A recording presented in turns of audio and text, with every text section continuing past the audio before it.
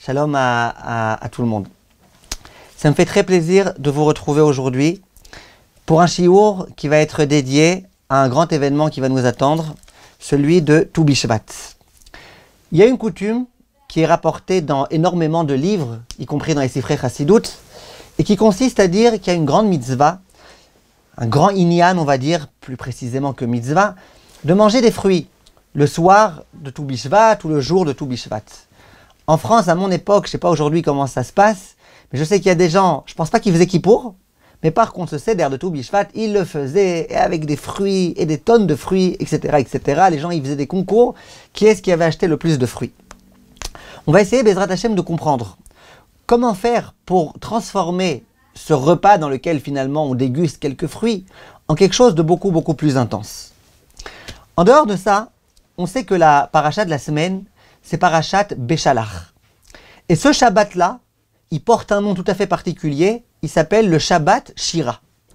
Question, pourquoi on appelle ce Shabbat le Shabbat Shira? Parce qu'on va lire la paracha dans laquelle il y a la Shira, ok. Mais vous voyez bien que le Shabbat dans lequel on lit par exemple la Yetziat Mitzrayim, on n'appelle pas ça Shabbat Yetziat Mitzrayim. Plein de fois on relate des tas de choses, et pourtant ça ne donne pas le nom au Shabbat. Alors qu'est-ce qu'il y a de particulier ici? Alors tout d'abord, pour pouvoir essayer de répondre à toutes ces questions-là, et vous allez voir qu'aujourd'hui on va donner, Bezrat Hashem, des grands secrets, et de judaïsme, et pour pouvoir vivre une bonne relation avec Akadosh Baruch Hu, il faut tout d'abord se poser une question extrêmement puissante. La question est la suivante. La Gemara dans Masechet Megillah raconte que au moment où la mer s'est déchirée en deux, où les Bnei Israël sont passés, et où les Égyptiens ont trouvé leur mort, à ce moment-là, les anges qui se trouvent dans les cieux, ils ont voulu chanter. Ils ont voulu aussi faire Az Yashir Moshe Uvene Israël. Et Akadosh Baruch Hu leur a dit, vous n'avez pas honte. Maase Yadai Tovaim Bayam. Des êtres humains, en faisant allusion aux Égyptiens, qui sont les êtres humains que moi-même j'ai créés. Ils sont en train de mourir dans la mer. Et vous avez envie d'entonner un chant? Vous n'avez pas honte. Ça, c'est la Gemara. Donc on voit très bien qu'Akadosh Baruch Hu, il désapprouve complètement un chant, quel que soit ce chant, vu que ce chant, il provient, d'une certaine façon, de la mort d'Égyptiens. C'est vrai que ce n'étaient pas des grands tzadikim, ces Égyptiens, mais il n'empêche qu'ils ont été créés par Dieu. Vient le Rav Miller et il pose une question extrêmement puissante. Il dit, alors comment ça se fait que lorsque les Bnei Israël eux-mêmes ont chanté cette fameuse Shira, à ce moment-là, Akadosh Baruch Hu était très joyeux, ainsi qu'il est rapporté dans les Midrashim, qu'Akadosh Baruch Hu s'est adressé à tous ses anges et il leur a dit, vous savez, Abraham Avinu, je l'ai aidé, il n'a pas chanté de Shira. Yitzhak, Yaakov, tout le monde. Enfin, les Bnei Israël sont venus et ils ont chanté ce fameux chant-là, cette Shira Tayam. Akadosh Baruch Hu, Dieu, il a approuvé ce chant-là. Alors comment ça se fait? Et si vous me dites que l'objet de la Shira des Bnei Israël, c'était pas tellement de dire merci Hachem d'avoir esquinté les Égyptiens, mais c'était plutôt de dire merci de nous avoir donné enfin la vie sauve, c'est pas vrai. Parce que dans la Shira, vous voyez de façon explicite, à chaque fois on dit tout type de termes, sous verorvo, et les chevaux et les soldats qui étaient dessus. Markevot Paro Vechelo, on parle des charrettes de Paro et de toute son armée qui était dans la mer. Yarobayam, Toubeu Beyam Souf, et puis on raconte comment il montait, comment il descendait dans la mer. Donc on voit que les Bnei Israël, quand ils ont chanté, ils n'ont pas simplement chanté pour remercier Hachem d'avoir eu la vie sauve. Ils remercient aussi Hachem visiblement de ce qui s'est passé avec les ennemis. Et donc, il faut bien comprendre, d'autant que le Midrash nous dit que ce chant-là, il continuera, Bezrat Hachem, à être chanté jusqu'à la fin des temps. Ça veut dire que ce chant-là, il a trouvé grâce aux yeux d'Akadosh Baruch Hu. À tel point vrai que tous les jours dans la tfila, on va chanter ce chant. Question, pourquoi? Si Akadosh Baruch Hu n'aime pas qu'on chante alors qu'il y a des êtres humains qui sont morts, alors pourquoi chanter ce chant?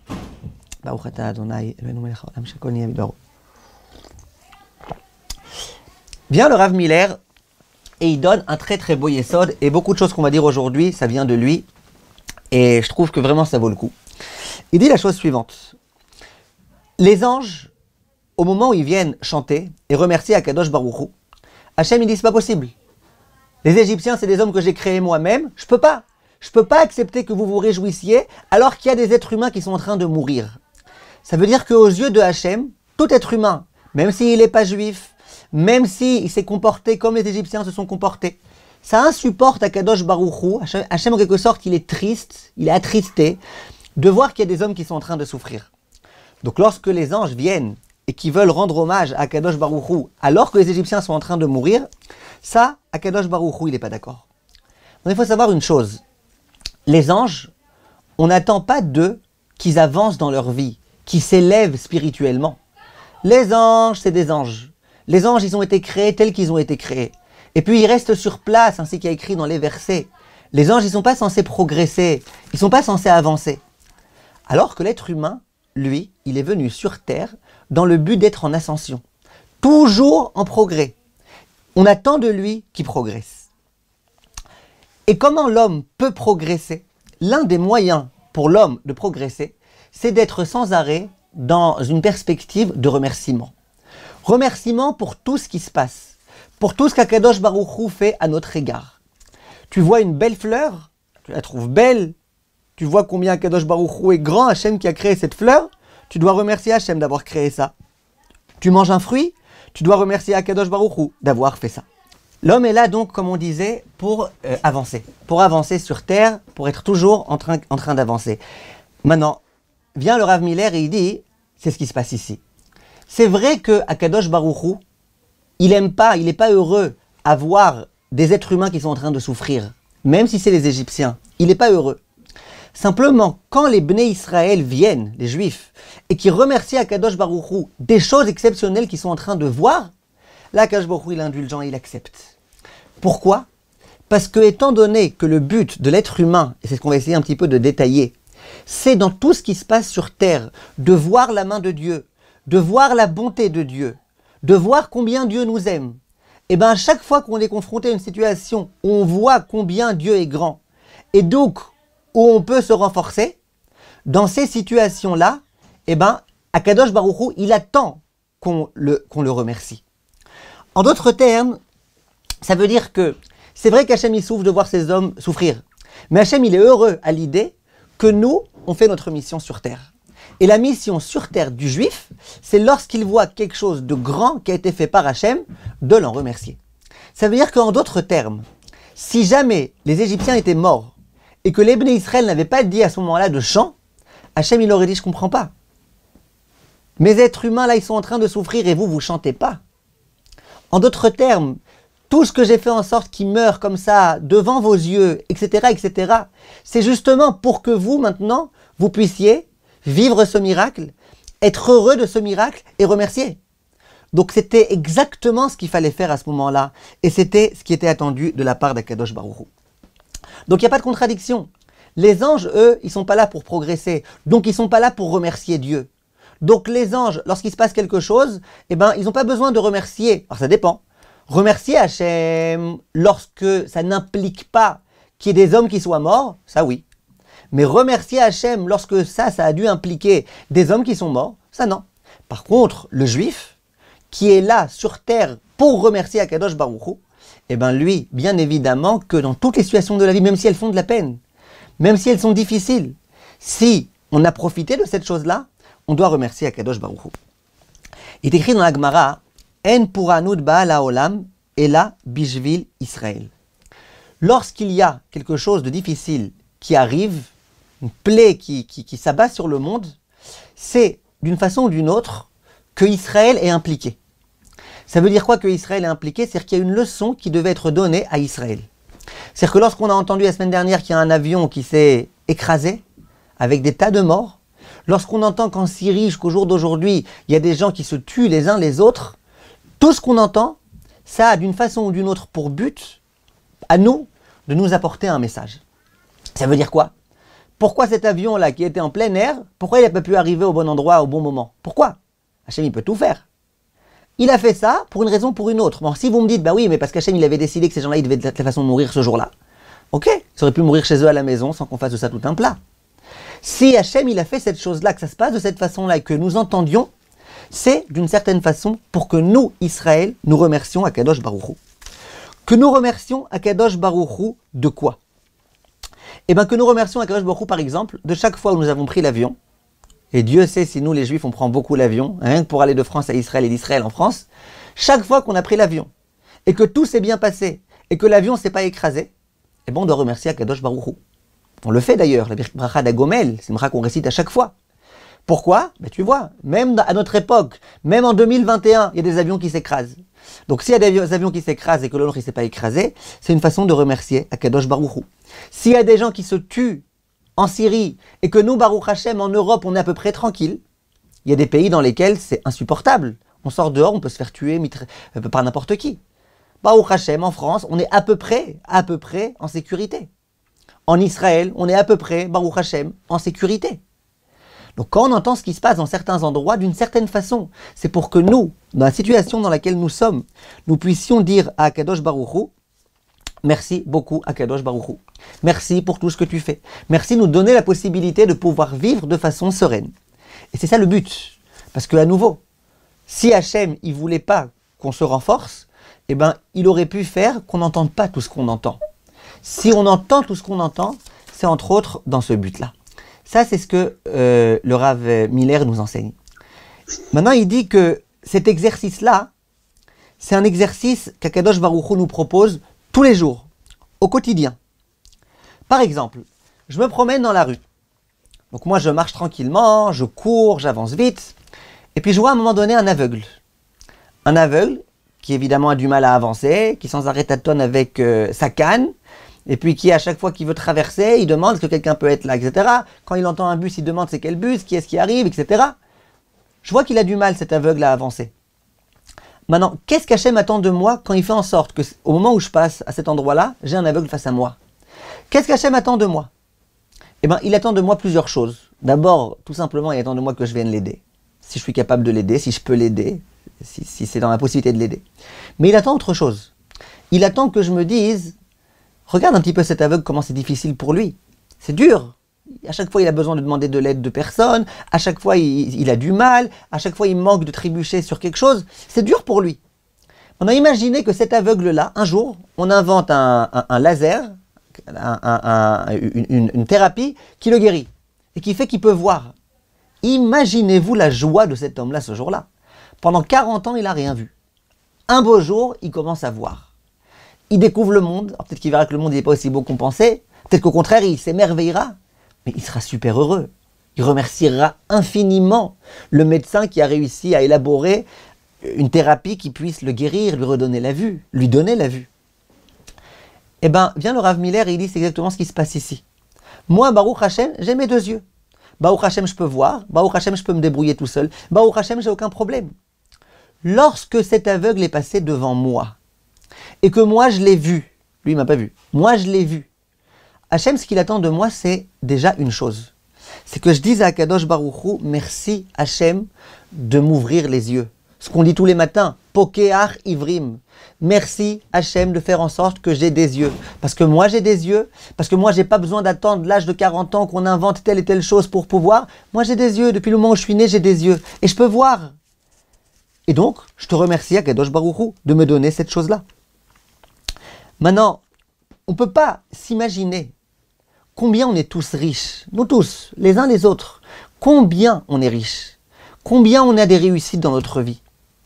Le seul problème, c'est qu'on ne réfléchit pas assez à ça.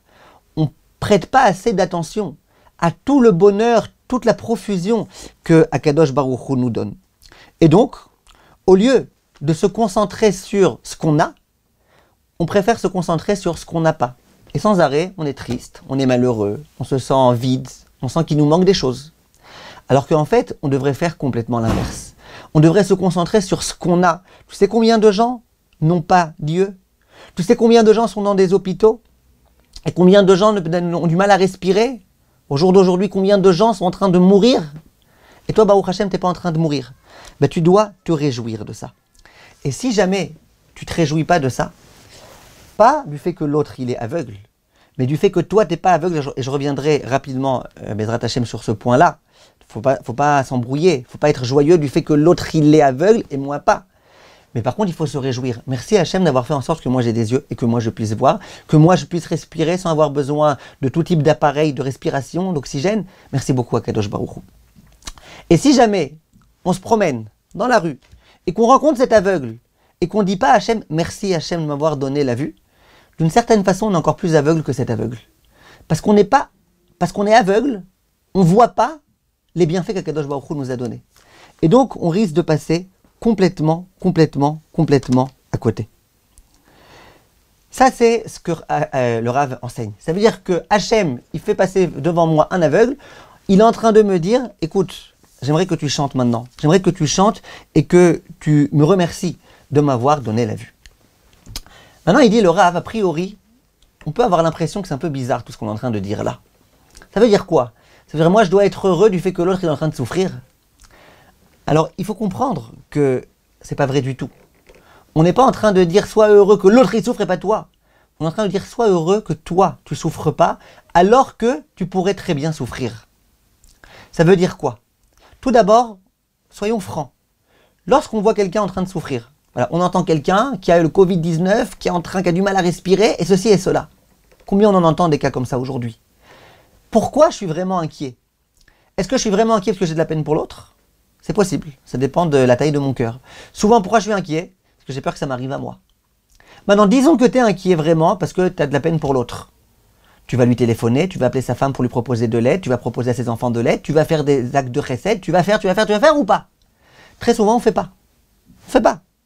Donc ne me dis pas que lorsque toi tu es en train de réjouir de ne pas avoir le Covid-19 ou de ne pas avoir ceci et cela, ne me dis pas que c'est genre, tu es heureux que l'autre ait de la peine. Non. L'autre, il a de la peine. Toi, si tu peux l'aider, aide-le. Et il faut que tu l'aides. Et c'est important que tu l'aides. Simplement, ça ne contredit pas le fait que toi, tu dois être heureux de toi pouvoir bien te sentir. Quand on remercie Hachem tous les jours, merci Hachem de nous avoir protégés de la famine, ou mi rêve, ou mi davar, ou mi dever, ou mi rave, ou mi jvi, ou mi biza. Merci Hachem de nous avoir protégés de la prison, merci Hachem de nous avoir protégés de plein d'endroits. Ça veut dire quoi? C'est-à-dire que moi aussi j'aurais pu y être. Merci Hachem de m'avoir protégé de tout ça. Ça veut dire que je me réjouis qu'il y en a qui sont en prison? Non, je me réjouis pas. Je me réjouis du fait que moi, je ne suis pas en prison. Pour vous donner un exemple, on a dû rentrer notre fille au séminaire cette année. La première fille qu'on devait rentrer au séminaire, on appelle ça en Israël. C'est très très compliqué de faire rentrer au séminaire, etc.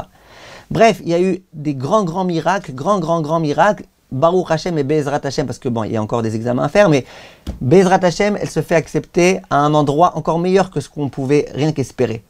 Maintenant, au Beth Midrash où j'étudie, il y a plein d'étudiants qui, eux aussi, veulent inscrire leur fille dans des endroits même moins bien que là où ma fille elle a été acceptée. Et puis ils me disent, ouais, c'est prise de tête, ouais, ils veulent pas, ouais, il faut envoyer un tel pour parler. Et puis j'entends les gens qui me disaient, ouais, c'est prise de tête, j'arrive pas à me concentrer dans mon étude tellement que je suis pris dans ça. Et moi, j'ai de la peine pour eux. Mais au même moment que j'ai de la peine pour eux, je me suis dit vraiment, merci Hachem. Merci Hachem. Moi aussi, j'aurais du mal à étudier si jamais j'avais dû me prendre la tête pendant des mois et des mois. Merci Hachem. Que nous, c'était rapide, qu'on a eu la réponse rapidement et voilà. Ça veut dire que c'est pas que je me réjouis de la souffrance de l'autre. C'est que je me réjouis Hachem. Je sais que ça aurait très bien pu m'arriver à moi ce qui est arrivé à l'autre. Et moi, tu m'as épargné de cela. Merci Hachem. Ça, c'est ce que Chachamim nous enseigne. Donc, la raison pour laquelle Akadosh Baruch Hu fait tout ce qu'il fait, il nous donne, notre corps, il est tellement riche en cellules, le sang qui circule et tous les membres qui fonctionnent bien. Tout ça, c'est un grand fonctionnement que Akadosh Baruch Hu a mis en marche. C'est des miracles vraiment en permanence. Pourquoi Hachem a fait tout ça? Pour qu'on le remercie. Que le matin, on fasse les birkot hashachar, amechin mitzadeh gaver. Merci Hachem de me donner la possibilité de pouvoir marcher. Il y a des gens qui ne peuvent pas marcher. Il y a des gens qui sont sur un fauteuil roulant. Moi, je peux marcher. Merci Hachem. Merci, c'était pas si évident que ça. Il y a des gens qui doivent faire une dialyse. C'est quoi une dialyse? C'est ce que notre corps à nous fait sans avoir besoin d'appareil électrique. Eux, ils ont besoin d'appareil électrique. Merci Hachem à moi de ne pas m'avoir donné cette chose-là, de m'avoir permis de faire en sorte que mon corps fonctionne exactement comme il faut. Vient le Rav Miller et il dit, c'est ce qui est écrit dans la Shira. Dans la Shira, il est écrit Vayar Israël et Mitzraim met al Sefatayam. Donc le peuple juif a vu les Égyptiens morts Et après, il est écrit Vayar Israël et Ayad Agedola. Et le peuple juif a vu la main puissante d'Akadosh Baruch Hu. Pourquoi il a besoin d'écrire 2 fois, il a vu, il a vu? Dit le Rav, ben c'est très simple. Il y a une première façon de voir, j'ai vu. J'ai vu qu'il y avait un aveugle qui est passé devant moi. J'ai vu quelqu'un qui était sur un fauteuil roulant. J'ai vu quelqu'un qui souffrait. J'ai vu quelqu'un qui était très pauvre, qui n'avait pas d'argent. J'ai vu. Ça, c'est la première façon de voir. Et c'est la première possibilité de voir. Si je ne le vois pas avec mes propres yeux, alors je peux rien, ça ne peut pas continuer. Mais ça, c'est que l'amorcement du processus. Ensuite, il y a une autre vision que je dois avoir, une autre compréhension. C'est la compréhension du cœur. Si j'ai vu ça, c'est que je devais voir ça pour comprendre que moi, Baruch Hashem, je ne suis pas pauvre et j'ai de l'argent. Moi, Baruch Hashem, je ne suis pas malade, je peux marcher. Moi, Baruch Hashem, j'ai des yeux pour voir. Et à ce moment-là, de cette façon-là, on peut remercier Akadosh Baruch Hu. Il y avait le Rav Miller dont je vous parlais. Lui, à chaque fois qu'il se promenait, qu'il passait devant une pharmacie et qu'il voyait tout type d'appareils et tout type de médicaments, il disait merci Hachem. Ce médicament-là, je ne l'ai encore jamais pris. Merci de m'avoir aidé à ce que j'en ai pas besoin. Merci, merci. Et puis quand il passait à un endroit, il y avait des médecins qui voyaient des plaques avec tout type de noms, médecin de ceci, médecin de cela. Il disait merci Hachem. Moi, je suis en bonne santé. D'accord, j'ai mes soucis. Mais au moins, ce médecin-là, j'ai pas eu besoin d'aller le voir. Ce genre de médecin, j'ai pas eu besoin. Ça, c'est la façon dont Akadosh Baruch Hu attend que l'on vive. Si on comprend ça, on peut comprendre ce qui est écrit dans la paracha. Il est écrit Im shamoa tishma lekol Hashem. Akadosh Baruch Hu s'adresse au clan d'Israël et il lui dit si jamais tu obéis à mes commandements, kol hamachala asher samti bemitzrayim lo asim alecha. Toutes les maladies épouvantables que j'ai envoyées aux Égyptiens, je vous en épargnerai. Ah, mais Farshim, il pose la question, il dit bah, c'est évident, quel rapport, nous on n'est pas Égyptiens. Encore heureux. Si tu obéis à mes commandements, toi tu n'auras pas les 10 plaies. Ben merci, les 10 plaies c'était contre les Égyptiens, c'est pas contre moi. Ça veut dire quoi? L'explication est très simple. L'explication c'est que pourquoi Akadosh Baruch Hu a envoyé ces plaies et pourquoi nous on a dû les voir. Pourquoi nous avons assisté à tout cela? Pour comprendre que Akadosh Baruch Hu c'est le Dieu de l'univers, et qu'Akadosh Baruch Hu il gère son monde avec justice, et que les méchants ils sont punis, et qu'Hachem il est très puissant, et qu'Hachem il nous aime, et qu'Hachem il veut nous aider. Tout ça c'est des concepts que nous devons retenir en permanence. Si jamais nous retenons ces principes-là, nous n'avons pas besoin d'autres maladies. Parce que le but des maladies c'est de nous rappeler, remercie Hachem, s'il te plaît remercie Hachem, remercie Hachem de toi être en bonne santé. Donc si je remercie Hachem en permanence, que je me souviens de toutes ces choses-là, eh bien j'ai pas besoin d'autres maladies. Ça veut dire, d'une façon un peu plus précise, pour prendre l'exemple qu'il donne le Rav Miller, je me promène dans la rue et je vois quelqu'un qui a un plâtre au bras. C'est quoi le but? Le but c'est que je dise merci Hachem, moi j'ai pas de plâtre. Lui il a glissé sur une peau de banane, j'aurais pu glisser moi aussi sur une peau de banane. J'aurais pu glisser pire. J'aurais pu me casser les 2 bras. Merci Hachem. Ce qu'Hachem il attend à ce moment-là, c'est que je dise Hachem, merci Hachem, d'avoir fait en sorte que moi, mes bras, ils vont bien. Là, je peux les soulever, pas de problème, je peux écrire, je peux me servir des 2 bras. Alors, ça, c'est une allusion qu'Hachem m'a envoyée. Dit le Rav, si je ne comprends pas cette allusion, eh bien Hachem il peut faire autre chose. Il peut m'envoyer quelqu'un qui va marcher devant moi et dont tu vois la poche de son vêtement qui pend, parce qu'il n'a pas de bras.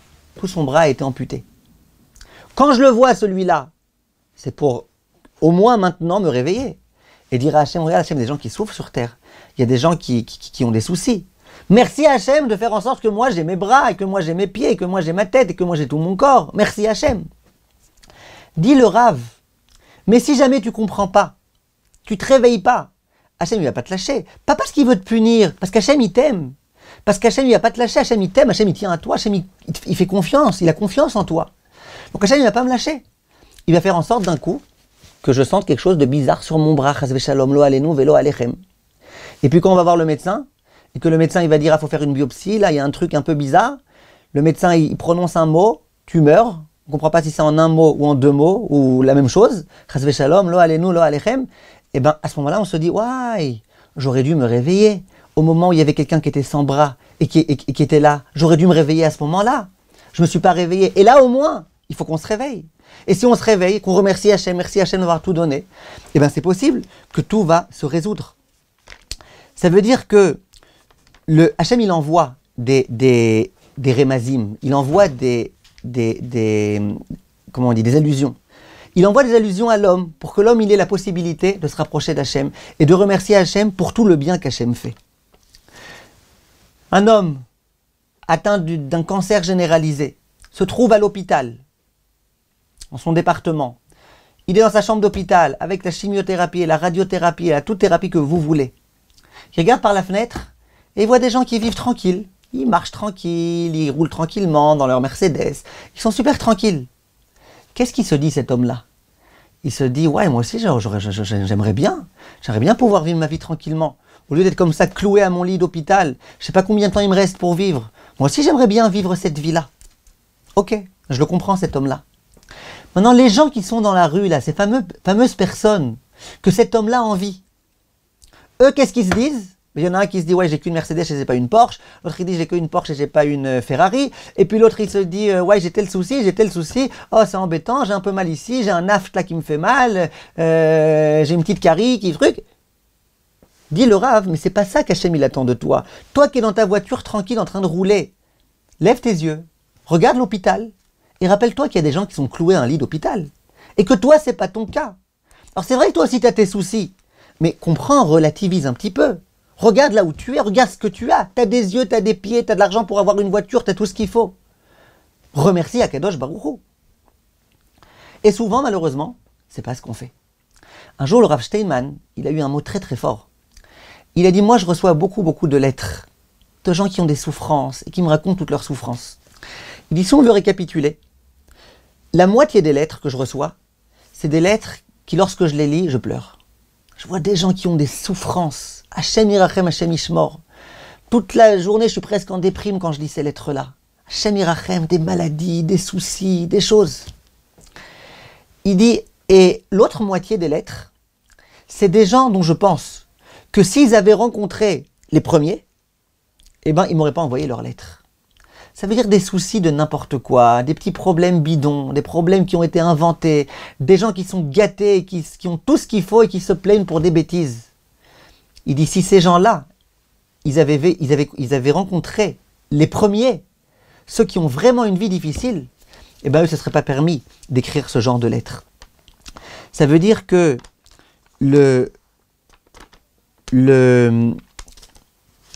ça veut dire que le but de l'homme sur terre, c'est de remercier Akadosh Baruch Hu pour tout le bien qui lui arrive. Et ça, c'est un conseil que moi personnellement je donne à beaucoup de gens. Et j'essaye bien évidemment de vivre avec ça, parce que vous savez bien que je ne donnerai pas de conseils à des gens si moi je ne vis pas avec ça. Il y a un concept qui s'appelle vivre sans arrêt en remerciant. Ça veut dire quoi, vivre en remerciant? Ça veut dire qu'il y a des gens, moi je connais des gens, j'essaye moi aussi d'ailleurs de le faire, il y a des gens tous les matins, c'est pas simplement qu'ils disent Modéani Lefanecha, c'est qu'ils prennent un papier et ils écrivent « Je te remercie Akadosh Baruch Hu de m'avoir donné ». Et ils commencent une liste, de m'avoir permis aujourd'hui de me réveiller à l'heure, alors que je suis moi le tempérament à me réveiller tard, de m'avoir permis à ce que mon fils que j'ai réveillé lui aussi soit levé, qu'il était à la tfila, de m'avoir donné la parnassa qu'il me faut, de m'avoir fait ceci, cela. Vous ne pouvez pas vous imaginer combien de remerciements on peut donner et on doit donner à Akadosh Baruch Hu. Simplement, le grand problème, c'est que non, nous on se concentre sur ce qui nous manque. On écrit des listes à Akadosh Baruch Hu. Il me manque ceci, ceci, ceci, cela. Tant que j'aurai pas ceci, ceci, ceci et cela, je ne pourrai pas être heureux. Et puis, on se conditionne à ce genre de choses. Lorsqu'on s'habitue, le matin, le soir, quand on va dormir, en journée, chaque chose de positif qui nous arrive, merci Hachem. Et c'est les brachot. Tu vois un fruit, un beau fruit, tu récites une bracha, mais tu dois être en situation de remercier. Tu prends une bonne douche, tu kiffes ta douche, tu as de l'eau chaude, tu as tout ce qu'il faut. Tu sors propre, clean. Merci à Kadosh Baruch Hu. Et tout ce qui t'arrive dans la vie, tu reçois ta paye, en temps et en heure, malgré les difficultés. Merci à Kadosh Baruch Hu. Et ça, j'allais vous dire, ça c'est la Torah. Ça c'est de la Torah. C'est pas pour rien que dans la Torah, le premier mot qu'on récite, c'est Modéani. Tout juif, au moment où il se réveille, le premier mot qu'il dit, c'est Modéani ou Moda-Ani. Je remercie, je te remercie à Kadosh Baruch Hu. Une fois, il y en a une qui m'a demandé dans un cours, pourquoi on ne dit pas Ani Modé ou Ani Moda? Dans un premier temps, je ne savais pas quoi lui répondre. Et après, je lui ai dit, vous n'avez rien compris à mon cours. Le juif doit commencer sa journée par modé, pas par ani. S'il commence sa journée par moi, chlet, il faut commencer sa journée par modé. La Torah, elle le dit. Au jour d'aujourd'hui, tous les coacheurs le disent. Tous les coacheurs. Il n'y en a pas un qui manque l'occasion de dire, tu veux décupler ton niveau de bonheur, habitue-toi tous les matins, tous les soirs, à trouver au moins 3, 4, 5 raisons pour lesquelles vraiment tu es reconnaissant vis-à-vis d'Akadosh Baruch Hu. Alors ils n'appellent pas ça Akadosh Baruch Hu, ils appellent ça la vie. Tu remercies la vie. Il y en a qui disent, je remercie mon lit, mon coussin. Bon, qu'ils fassent ce qu'ils veulent, hein, qui remercient qui veulent, ça leur fait du bien, c'est bien. Mais nous remercions Akadosh Baruch Hu. Merci d'avoir fait ceci et cela. Vivre dans cette reconnaissance-là, ça nous procure du bonheur, parce que ça nous rappelle, ça nous permet de nous concentrer sur ce que nous avons, au lieu de nous concentrer sur ce que nous n'avons pas. Pourquoi ce Shabbat-là, il s'appelle le Shabbat Shira? Alors que par exemple, le Shabbat de la semaine dernière, on ne l'a pas appelé le Shabbat Yetziat Mitzrayim. Et bien la réponse, à mon avis, est très claire. C'est que lorsque tu lis la Shira, et que tu te souviens de tout ce qui s'est passé lorsque nous sommes sortis d'Égypte, de tous les bienfaits qu'Akadosh Baruch Hu a fait à notre égard, et bien d'un coup de toi-même tu commences à chanter. Tu vas pas dire que si tu lis la paracha de la semaine dernière, de toi-même tu vas sortir d'Égypte. Ça ne veut plus rien dire aujourd'hui sortir d'Égypte. Mais si tu lis la paracha avec tous les miracles, vous allez voir la paracha de la semaine Béchalach, elle est super riche en miracles. L'eau amère qui est devenue douce, plein de miracles. Tu lis les miracles de la paracha, de toi-même t'en viens à chanter. Donc ce Shabbat-là lui-même, il porte le nom de Shabbat Shira. Maintenant écoutez bien, dans la Shira, à un moment donné, qu'est-ce qu'on va dire? On va dire Am Zu Kanita. Ce peuple-là, c'est le peuple que toi, Hachem, tu as acquis. Viennent les Chachamim et posent une question, peut-être un petit peu rigolote, mignonne. En tout cas, c'est une question qui se pose. Il dit, ça veut dire quoi ce peuple que tu as acheté? Nous savons très bien que pour acheter quelque chose, il y a des lois. Il y a des lois dans la Torah. Pour acheter quelque chose, il faut que je paye. Pour acheter quelque chose, il faut que je le soulève. Pour acheter quelque chose, il faut faire ce qu'on appelle un kinyan chalipin. Il y a des modes d'acquisition. Comment Hachem nous a acheté? Comment? À quel moment tu vois qu'il nous a soulevé? À quel moment tu vois qu'il nous a payé quelque chose? À quel moment tu vois qu'il a payé à Pharaon, à part lui payer toutes les plaies? À quel moment tu vois? Comment on peut dire Amzu Kanita? Vient le Imre Emet et il dit une idée, si vous êtes venu juste pour cette idée, ça valait déjà le coup. Il dit, il y a une halakha. C'est que, imaginez qu'un maître veut acheter un serviteur. Donc il y a un serviteur, jusqu'à présent il appartenait à quelqu'un, maintenant moi je veux acheter ce serviteur. Comment je peux faire pour l'acheter? Ben, l'un des modes d'acquisition, c'est que ce serviteur, il me soulève. Moi je veux l'acheter, je veux qu'il m'appartienne ce serviteur. Disons que j'ai besoin d'aller au marché par exemple, le serviteur il me soulève et il me conduit au marché. En quelque sorte il me rend un service. Quand il me soulève pas pour me faire peur, il me soulève pour m'éviter de devoir marcher. Lorsque le serviteur me soulève à moi le maître, eh bien, je suis devenu le maître de ce serviteur. Très bien. Dit le Imre Emet, eh bien là, c'est exactement pareil. Nous avons soulevé Akadosh Baruch Hu. Ce faisant, Hachem, il nous a achetés. Mais comment on a soulevé Akadosh Baruch Hu? Faut pas abuser non plus. Oh, où on va aller là? Eh bien, il dit le Imre Emet, c'est ce qui est écrit dans la Shira. Eloke avi varo memenu. Le peuple d'Israël dit, Akadosh Baruch Hu, c'est le Dieu de notre Père. Nous allons le soulever. Aromeme, nous, c'est-à-dire nous allons l'élever. Et comment on l'élève à Kadosh Baruch Hu? En faisant la Shira. Lorsque le peuple juif chante une Shira, ça veut dire lorsque le peuple juif, lorsque chaque juif remercie Hachem pour le bien qu'il nous a fait, et bien à ce moment-là, on soulève à Kadosh Baruch Hu. Et ça, c'est écrit dans tous les livres de Kabbalah. Et c'est écrit dans le Zohar HaKadosh maintes reprises. Lorsque le juif accomplit une mitzvah sur terre, d'une certaine façon, kaviachol, avec beaucoup de guillemets, et bien Hachem en haut, il s'élève encore davantage. Il est encore plus fier. Les anges qui sont là-bas, ils sont épatés, la grandeur d'Akadosh Baruch Hu. Donc lorsque nous avons chanté la Shira, nous avons en quelque sorte soulevé Akadosh Baruch Hu, et de cette façon-là, nous sommes devenus ses serviteurs. Donc de cette façon-là, il nous a achetés. Ça veut dire que plus nous chantons, et je répète, chanter même si tu as une moche voix, chanter c'est remercier Hachem. Plus nous chantons, plus nous remercions Akadosh Baruch Hu, plus nous devenons ses serviteurs. C'est la raison pour laquelle le Haredim dit, l'un des Sfarim s'appelle le Haredim, Sefer HaHaredim. Il dit la chose suivante, il dit, dans les médicaments, il y a des médicaments qui fonctionnent bien, mais qui laisse après tout type de symptômes, d'effets secondaires. Et il y a des médicaments plutôt naturels comme ça, qui sont que positifs, sans aucun effet secondaire. Il dit, dans la spiritualité, c'est pareil. Il y a des médicaments qui nous font souffrir, qui laissent des effets secondaires. Et il y a des médicaments qui laissent pas. Il donne un exemple. Il dit, quelqu'un il jeûne par exemple pour se rapprocher d'Hachem, pour expier ses fautes. Alors il jeûne, il se rapproche d'Hachem. Mais de part c'était dur, il a souffert. Il dit par contre, il y a des médicaments spirituels qui guérissent l'âme du juif sans le faire souffrir du tout, en ne coûtant rien. Et il dit, le Rav, c'est quoi? Je vous lis dans les mots. Les morts shiratayam besimcha. Keilu hu yatsa ata mimitzraim. Shaliedeze mitkaprim lo kol avonotav. Il dit, celui qui récite la shiratayam avec beaucoup d'engouement, comme s'il venait de sortir d'Égypte, eh bien Hachem, il expie toutes ses fautes. Après, il continue le Haredi, mais il dit, kol mi shenaasa lones veomer shira. Pas simplement la shira du clan Israël quand il est sorti d'Égypte. Toute personne à laquelle Akadosh Baruch Hu a fait un miracle et qui remercie Hachem, mochalim lo al kol avonotav. On expie toutes ses fautes. Rabbi Shimon Bar Yochai, il dit que si on l'a dit, la shira, comme l'ont dit nos ancêtres au moment où ils l'ont dit, eh ben on profite des mêmes bienfaits auxquels eux ils ont profité, à savoir qu'Akadosh Baruch Hu, il expie les fautes.